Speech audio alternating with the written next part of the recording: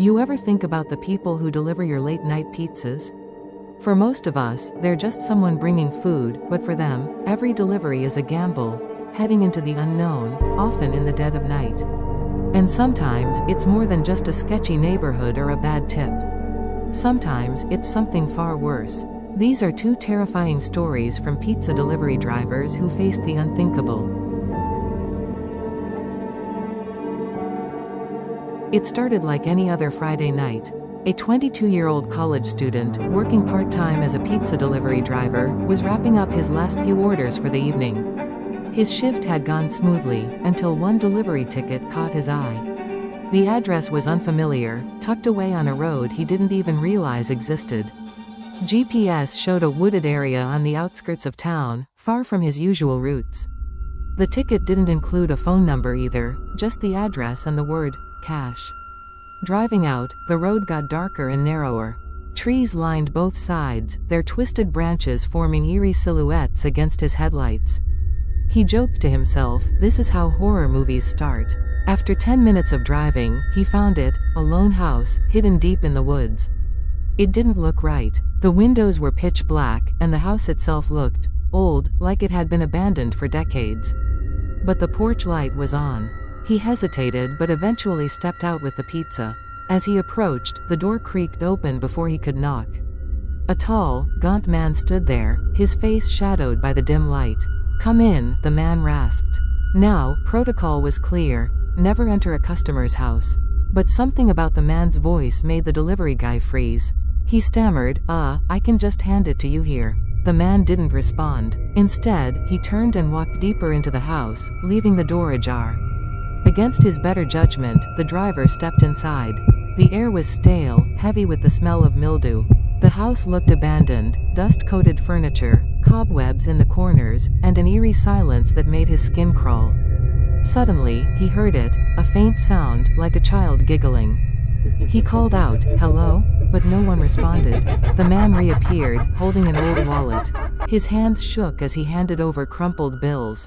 Before the driver could leave, the man whispered, "She likes you." The driver's heart dropped. "Who?" he asked, but the man just grinned, a wide, unnatural smile. And then he saw her. A pale figure standing at the top of the stairs, her eyes gleaming in the darkness. She let out a blood-curdling scream and started running down the stairs. The driver bolted out of the house, leaving the pizza behind. When he got back to the restaurant, he told his manager everything. They checked the ticket again, and here's the thing, the address didn't exist. The road he'd driven down wasn't even on the map. The second story comes from a driver who had been working at the same pizza place for years. He thought he'd seen it all: prank calls, rude customers, even the occasional late-night creep. But nothing prepared him for this. It was a rainy Saturday night when he got an order for a small pizza with no toppings. Strange, but not unheard of. The address was an apartment complex he'd been to before. When he arrived, the place felt off. The complex was run down, with flickering lights in the hallway and a heavy silence that made his footsteps echo. The apartment number led him to a door at the very end of the hall. He knocked, but there was no answer. He knocked again, louder this time. Finally, a voice called out, "It's open." He hesitated but pushed the door open. The apartment was completely dark, the only light coming from the hallway behind him. "Hello? Pizza delivery," he called out.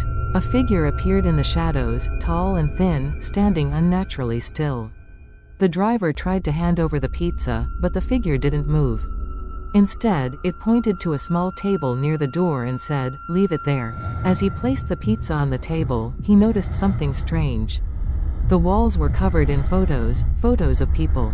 Some were taken from far away, while others were close-ups of faces, their expressions frozen in fear. One photo stopped him cold. It was of him, taken just moments ago, standing at the apartment door. His blood ran cold as he realized the figure was now standing directly behind him. He didn't turn around. He ran out, slamming the door behind him. When he reached the lobby, he told the security guard what happened. The guard frowned and said, "That apartment's been empty for years. The driver never delivered to that complex again." Delivering pizza might seem like an easy job, until you realize the dangers lurking in the unknown. Whether it's a ghostly encounter in the woods or a sinister presence in an empty apartment, you never know what's waiting behind the next door. What would you do if you found yourself in their shoes? Would you run, or would you dare to face the horror?